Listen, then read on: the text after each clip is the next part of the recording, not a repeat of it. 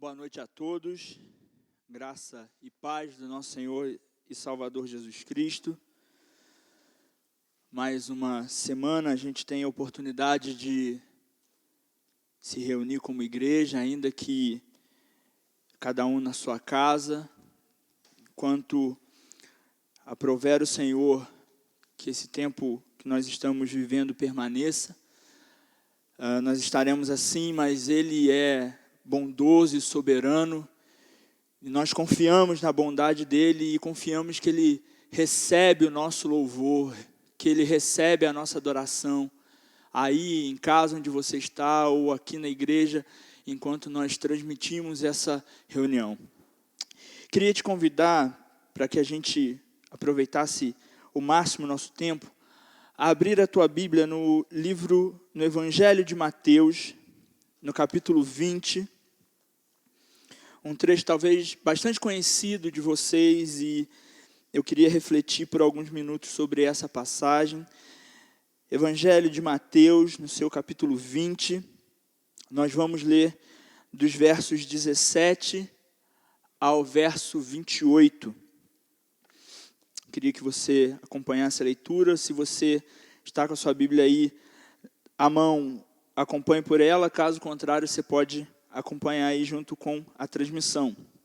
Diz assim, Mateus capítulo 20, a partir do verso 17. Diz assim: Estando Jesus para subir a Jerusalém, chamou os 12 para um lado e no caminho lhes disse: Eis que subimos para Jerusalém, e o Filho do Homem será entregue aos principais sacerdotes e aos escribas. Eles vão condená-lo à morte e entregá-lo aos gentios para ser zombado, açoitado e crucificado. Mas no terceiro dia ressuscitará. Então, aproximou-se de Jesus a mulher de Zebedeu com seus filhos e, adorando-o, pediu-lhe um favor. Jesus lhe perguntou: O que você quer? Ela respondeu: Mande que no seu reino estes meus 2 filhos se assentem, um à sua direita e o outro à sua esquerda. Mas Jesus disse: Vocês não sabem o que estão pedindo. Será que podem beber o cálice que eu estou para beber? Eles responderam: Podemos. Então Jesus lhes disse: Vocês beberão o meu cálice.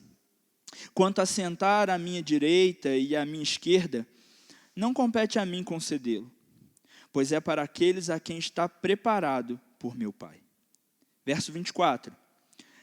Quando os outros 10 discípulos ouviram isso, ficaram indignados com os 2 irmãos.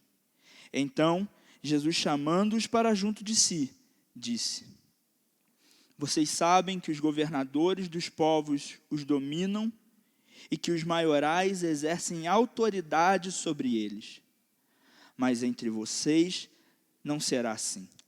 Pelo contrário, quem quiser tornar-se grande entre vocês, que se coloque a serviço dos outros. E quem quiser ser o primeiro entre vocês, que seja servo de vocês. Tal como o Filho do Homem, que não veio para ser servido, mas para servir e dar a sua vida em resgate por muitos. Senhor, é a tua palavra e é a tua igreja. Abre os nossos olhos, os olhos do nosso coração, abre os nossos ouvidos, para que a gente entenda a tua palavra, para que ela crie raízes, para que ela dê frutos. Alimenta-nos pela tua infinita bondade e misericórdia. Assim nós oramos. Amém. Meus irmãos, nós vivemos num tempo em que há uma corrida desenfreada de várias maneiras para que eu consiga alcançar lugares e posições de domínio, de governo, de comando. E eu não estou dizendo nem propriamente da corrida eleitoral, que de 4 em 4 anos se intercala entre presidentes, deputados, vereadores e tudo mais. Mas eu estou dizendo, na nossa vida cotidiana, nós estamos sendo acostumados a buscar sempre as melhores posições, as posições de governo. Eu quero sempre entrar numa empresa já sendo o cara que manda, já sendo o cara que governa, já sendo o cara que toma decisão. Eu já quero sentar na janela, como as pessoas dizem. Eu quero entrar e sentar na janela. Por esse motivo, eu acho que o Evangelho pode e deve nos confrontar nessa noite acerca desse desejo que parece ganhar espaço até mesmo entre os filhos de Deus. O desejo do governo, o desejo da soberania, o desejo do poder, o desejo da influência. O livro de Mateus pode ser conhecido, ou é conhecido, como o livro do reinado de Deus. A gente ouve falando sobre o reino dos céus, o reino de Deus. A gente ouve e lê o esforço de Mateus tentando mostrar e apontar Jesus como o grande rei que foi prometido lá atrás, no Antigo Testamento. E a gente vê o esforço de Mateus em mostrar como as promessas que Deus vinha dando a Israel através dos profetas, através da história de Israel, se cumpre na pessoa de Cristo. O texto que a gente leu, voltando lá no versículo 17, Jesus já havia predito algumas vezes que o final da sua vida seria se entregando e morrendo. O final da sua vida não seria por morte de causa natural, pelo contrário, ele sabia a missão que ele tinha. E após uma série de discursos de Jesus, aí no capítulo 19, no capítulo 18, no capítulo 17, para trás, Jesus então chama os seus discípulos e parte para Jerusalém. É o que diz o versículo 17, se você olhar de novo. Estando Jesus para subir a Jerusalém. E Jesus sabia que subir para Jerusalém significava subir para a sua própria morte. Jesus sabia que o momento dele estava chegando e por isso ele chama os seus e diz a ele, olha, é o que a gente viu aí no versículo 18 e 19. Jesus não é pego de surpresa, Jesus não é tomado de assalto em Jerusalém, mas ele vai consciente da missão que ele tinha. A ponto de dizer para os seus discípulos, olha, nós estamos indo para Jerusalém. Imagine a cena, Jesus não andava sozinho, a não ser quando ele se retirava para ir orar, os momentos de intimidade dele com o Pai, mas ele sempre vivia cercado ou dos 12, ou de um grupo maior de pessoas que o seguiam, que olhavam para Jesus, que esperavam de Jesus um sinal, um milagre, que clamavam por Jesus e ouviam seu ensino. Provavelmente, o que nós temos aqui é um cenário parecido. Jesus está com os 12, ele chama os 12 para perto, mas provavelmente em volta tinham outras pessoas. Mas ele chama os 12 para perto e diz, olha, eu estou indo para Jerusalém e lá eu serei morto. E eu não só serei morto, eu serei caçoado, eu serei açoitado e eu serei crucificado. Pense num quadro, essa é a moldura do quadro. O tom do quadro é esse. Jesus anunciando que ele está indo para Jerusalém e que em Jerusalém ele vai morrer. Então, chega uma mulher, que é a mãe dos filhos de Zebedeu, que a gente sabe que são Tiago e João. Algumas tradições vão dizer que essa mulher era Salomé, e que Salomé era irmã de Maria, logo ela seria tia de Jesus. Então, Tiago e João seriam primos de Jesus. Independente disso, talvez a motivação de Salomé ir até Jesus tenha partido dessa familiaridade, tenha partido desse parentesco. Mas ainda que não fosse, ela chega até Jesus e faz o pedido. Queria que você voltasse nos versículos comigo para que a gente olhasse de novo para o pedido que essa mulher faz. Lá no versículo 20. Então se aproximou de Jesus a mulher de Zebedeu com seus filhos E, adorando, preste atenção nisso, adorando-o, pediu-lhe um favor. Jesus lhe perguntou, o que você quer?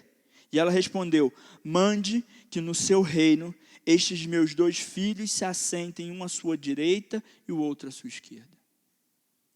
Provavelmente, essa mulher estava ainda na cabeça o texto que está no capítulo anterior, no livro, em Mateus mesmo, capítulo 19, verso 28. Olha o que Jesus diz no finalzinho do capítulo.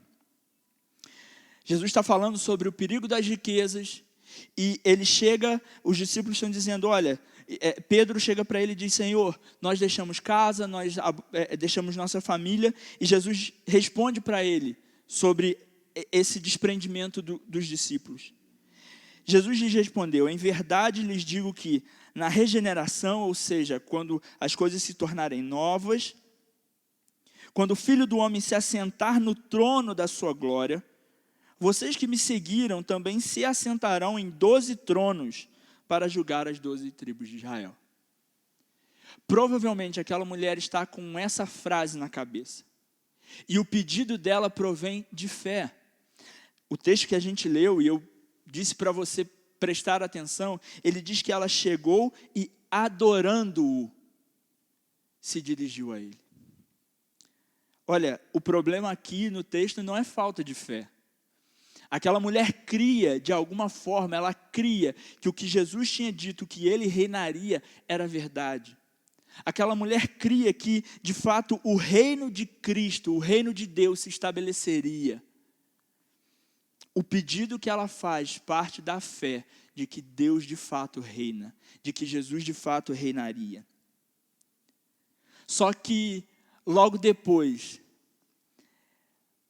ela mostra que ela e os seus filhos não entenderam o que Jesus estava dizendo. Ela mostra que eles não entenderam a natureza do ministério de Cristo ainda.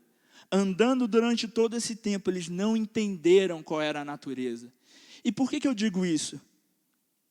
Porque o que ela pediu foi para que um se assentasse de um lado e o outro se assentasse do outro. O que tinha na cabeça dela e provavelmente dos filhos dela, sabe aquela história quando a gente é criança, que a gente quer dormir na casa do nosso amigo, ou que a gente quer jogar bola, ou que a gente quer fazer alguma coisa, e aí a gente fala assim, rapaz, teu amigo está na tua casa, foi na tua casa te chamar. Aí você fala assim, rapaz, se eu pedir minha mãe, ela não vai deixar não. Pede você, que se você pedir, ela deixa. Isso é clássico. Não, se você pedir, eu tenho certeza que ela não vai falar não. O que estava acontecendo aqui, vou dar um outro exemplo, só para não ficar no pessoal mais novo. Quando você é casado, irmão, e aí você quer muito sair para jogar aquela bola, sabe?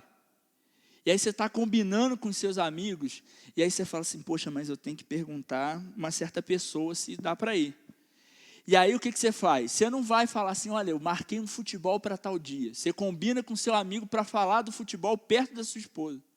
Fala assim, poxa, cara, vamos lá jogar? Que aí, dependendo de como for, você consegue sair para jogar um passe livre para o futebol. Talvez com você não seja assim, tá? É só um estereótipo, fica calmo. Mas o que está acontecendo aqui é basicamente isso. Provavelmente os filhos de Zebedeu queriam perguntar isso para Jesus. Provavelmente os filhos de Zebedeu queriam se assentar, um à direita e o outro à esquerda de Jesus no reino de Deus. Mas eles pensaram, ora, se a minha mãe for pedir, talvez para minha mãe ele não diga não. O problema, meus irmãos, é que eles também não entenderam ainda, eles não tinham entendido ainda a natureza do ministério de Cristo e do que estava por vir na vida do Messias. Talvez você olhe para esses irmãos e diga assim, eu não acredito que eles pensaram nisso. Jesus tinha acabado de falar que ia para Jerusalém, tinha acabado de falar que ia morrer, e eles estão preocupados em reinar com Jesus. Será que eles não ouviram o que Jesus tinha dito? Mas nós temos a nossa versão dos pedidos inadequados para Jesus. Porque dentro do nosso coração, a gente também quer reinar. A lógica é a seguinte: eu sou filho do rei. Eu sou filho do dono de todas as coisas. Então, eu também preciso ser dono de todas as coisas. No fundo, o pedido deles nada mais era do que um pedido egoísta. Eles estavam preocupados com eles, porque talvez, como Jesus tinha dito, que todo aquele que largou carreira, todo aquele que largou família, que largou tudo e seguiu Jesus, teria sua recompensa. Provavelmente na cabeça deles era: olha, eu estou andando com Jesus esse tempo todo. E lembrando que dos 12, Jesus tinha 3 que andavam com ele. Quem eram? Pedro, Tiago e João. Tiago e João já eram próximos de Jesus, mas eles querem ainda mais. Eles querem reinar com Jesus. Então Jesus pergunta para eles: olha, vocês têm certeza? Vocês sabem o que eu estou para passar? Vocês podem passar pelo que eu vou passar? E a resposta é tão tola quanto a pergunta anterior da mãe. A resposta é: podemos. É bem verdade que os discípulos experimentaram sofrimento também. Experimentaram martírio também, não como Jesus. Por curiosidade, Tiago foi o primeiro mártir da história da igreja, dos discípulos. O primeiro a morrer como mártir.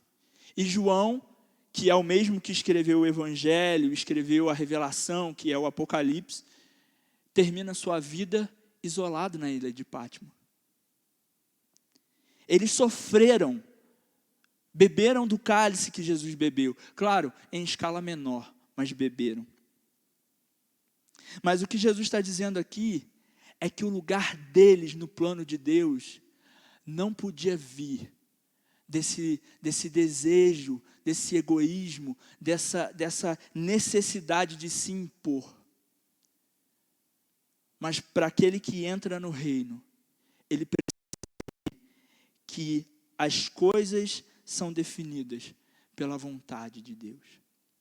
O próprio Jesus fala isso: olha, não cabe a mim, é a vontade do Pai. O próprio Jesus se submete, enquanto Deus encarnado, enquanto homem aqui na terra, ele se submete à vontade do Pai. A prova disso é a oração que ele faz lá no Getsêmani: Senhor, passa de mim esse cálice. Mas se não for possível, que seja feita a tua vontade. O que Jesus está mostrando é que a primeira coisa é que no reino dele não há lugar para mini projetos, não há lugar para mini planos de governo humano que saem do coração do homem, o desejo de dominar sobre o outro, o desejo de estar num lugar de posição elevada, estar num lugar onde eu sou destacado. E aí, se você acha que só Tiago e João e a mãe deles não tinham entendido a missão de Jesus, quando os outros discípulos ouviram, eles se indignaram. Olha o versículo 24. Quando os outros 10 discípulos ouviram isso, ficaram indignados com os 2 irmãos. E aí vem a pergunta: por que eles se indignaram? Eles se indignaram porque perceberam a futilidade do pensamento daqueles 2 irmãos? Eles ficaram chateados porque perceberam o tamanho da tolice que eles estavam falando? Provavelmente não. Talvez o arrependimento seja: por que eu não tive essa ideia antes? Por que eu não cheguei primeiro? Por que eu não chamei Jesus no canto e falei: poxa, Senhor, estamos andando aí há mó tempão, eu e o Senhor. Tem como descolar uma vaguinha no teu reino, não? Sei que o rei é o Senhor, mas eu posso ser, sei lá, o primeiro-ministro. Eu posso ser o segundo na escala do... Pense em Pedro. Pense em Pedro, ouvindo Tiago e João tentando passar à frente. É Pedro quem chega no capítulo 19, aí no texto que eu mencionei do versículo 28, é Pedro quem chega em Jesus dizendo: Senhor, nós andamos contigo. Olha só, no versículo 27 do capítulo 19. Então Pedro, tomando a palavra, foi na frente e disse: Senhor, olha para a gente aqui. A gente largou tudo para seguir o Senhor. Imagina Pedro agora ouvindo alguém tentando passar na frente dele. Você já teve essa experiência, essa sensação de que fulano está passando na minha frente, eu perdi a oportunidade? Mas Jesus, como um bom mestre, como um bom professor, como um bom Senhor, Ele não deixa a oportunidade passar. Ele junta todo mundo e fala assim, vamos ler de novo, versículo 25. Então Jesus, chamando-os para junto de si, disse: vocês sabem que os governadores dos povos, ou seja, ele está falando dos pagãos, dos gentios, eles os dominam e que os maiores exercem autoridade sobre eles. No original, a palavra que Jesus está usando aqui, ela está indicando uma força que é exercida de cima para baixo. O verbo grego que ele está usando aqui, ele denota essa figura de algo que está exercendo pressão de cima para baixo. O que ele está dizendo é, olha, no mundo normal, no mundo natural, é normal que o maior, que o rei, seja servido, que ele tenha escravos, que ele faça o que ele bem entender. Repare uma coisa muito importante. Jesus não está, a princípio, fazendo juízo de valor. Ele não está nem condenando, nem apoiando, ele está constatando um fato. E ele não está preocupado em falar sobre esse domínio. Ele não está preocupado com o que César faz, ele não está preocupado com o que o rei do Egito faz, com o que o rei das nações fazem. Ele não está preocupado com isso aqui. A preocupação dele vem logo a seguir. Mas, verso 26, entre vocês não será assim. Pelo contrário, quem quiser tornar-se grande entre vocês, que se coloque a serviço dos outros. E quem quiser ser o primeiro entre vocês, que seja servo de vocês. Meus irmãos, nós não podemos ignorar as ciladas do diabo, aquelas coisas que vêm frente, sabe? Aquilo que você está escancarado, que vem do inferno, aquilo que está escancarado, que vem do inimigo das nossas almas. Mas a gente precisa começar a subir as nossas antenas para as sutilezas que vêm do lado de lá. E uma das sutilezas que tem vindo do lado de lá, contra a igreja, é esse desejo desenfreado que nós temos de tentar governar as coisas pelo nosso braço. É o desejo de validar a nossa força, validar o nosso valor, validar quem nós somos pelo governo. A igreja de Cristo vai ser reconhecida quando nós dominarmos a nação. A igreja de Cristo vai ser reconhecida quando nós tivermos maioria em tal setor da sociedade, em tal setor da sociedade, em tal setor da sociedade. Isso não é diferente da intenção desses discípulos. Mas isso é sutil. Desde pequeno nós somos orientados a competir pelos melhores lugares.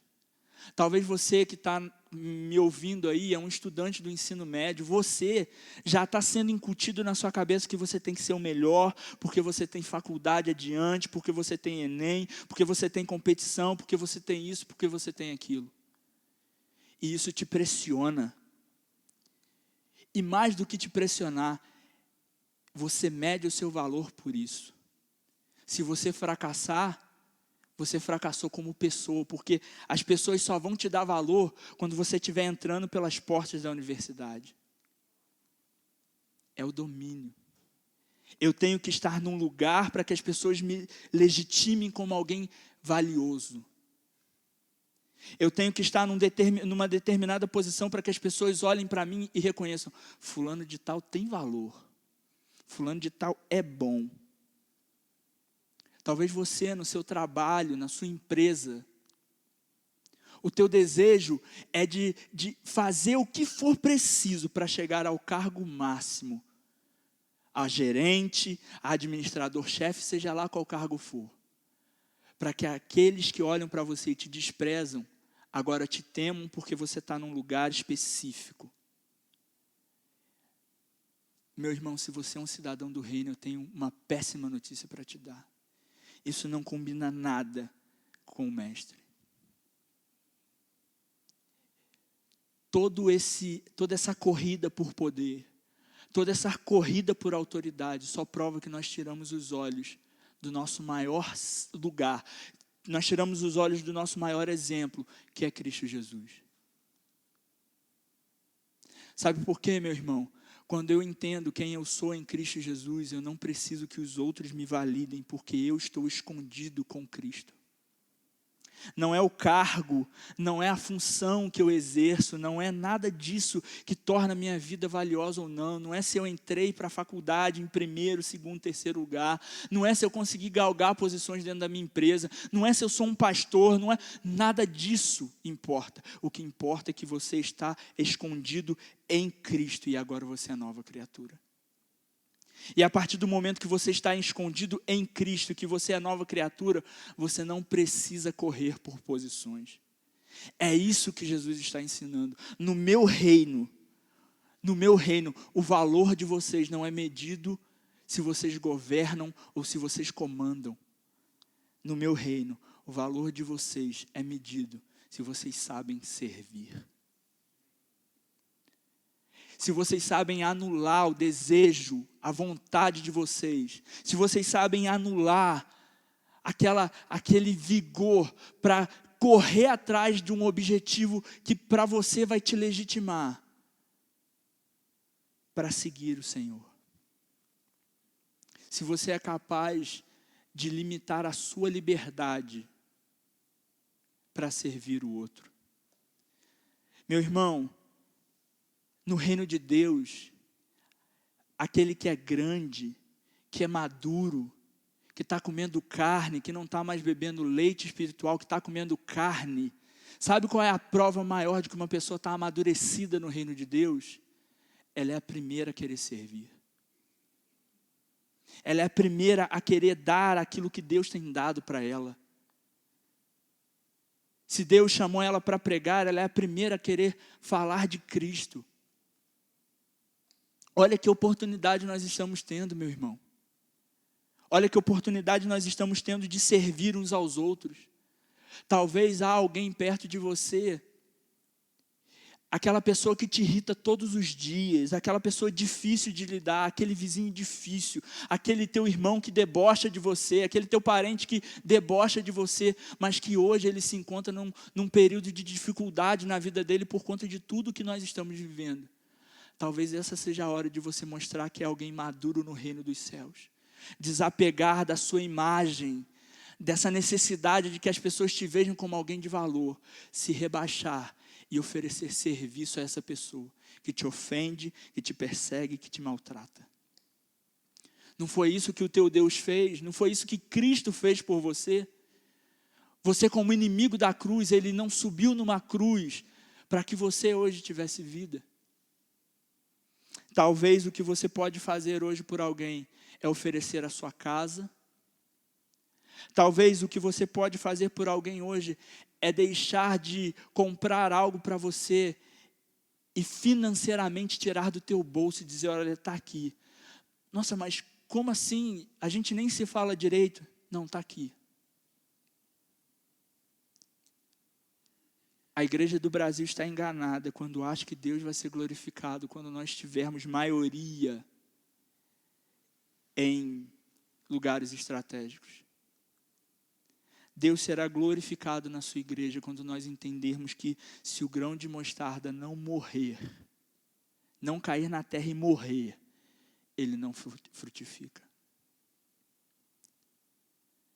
Nós precisamos entender que no reino de Deus não há lugar para projetos pessoais de poder, de autoridade, disso e daquilo. No reino de Deus, só há espaço para aqueles que entenderam que estão em Cristo Jesus. E que agora que estão em Cristo Jesus, eles estão livres para servir os outros. Eu queria que você abaixasse a sua cabeça. Queria que você orasse ao Senhor comigo, pedindo ao Senhor que Ele reverbere essa palavra no seu coração.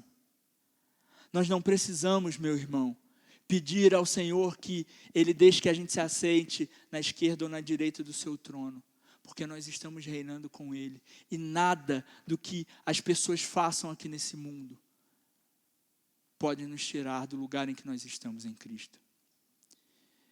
Senhor, o Senhor conhece o nosso coração. O Senhor sabe que nós somos carentes, totalmente carentes do Senhor. Porque o Senhor vê, Pai, o nosso interior de uma forma que ninguém vê. Nós escondemos as nossas imaginações, nós escondemos os nossos desejos das pessoas, mas do Senhor nós não escondemos os nossos desejos. Nós estamos diante do Senhor. O Senhor nos vê como ninguém vê. Talvez o meu irmão ou a minha irmã que está aí em casa, ele está preso nessa mentira de que ele precisa alcançar lugares, que ele precisa ser visto, que ele precisa ser notado para que a vida dele valha a pena. Deus, mostra à Igreja Batista Central que é muito melhor servir, que é muito melhor se dar, porque foi isso que o nosso Deus fez. Nos liberta, Senhor, dessas pressões de ser, de ter, de possuir, e que no nosso coração só haja espaço para servirmos uns aos outros, como o Senhor nos serviu, sacrificialmente. Nos encha de dom, Senhor, nos encha de talento, encha a tua igreja de dons e talentos, encha a tua igreja com recursos, com homens e mulheres capacitados para servir.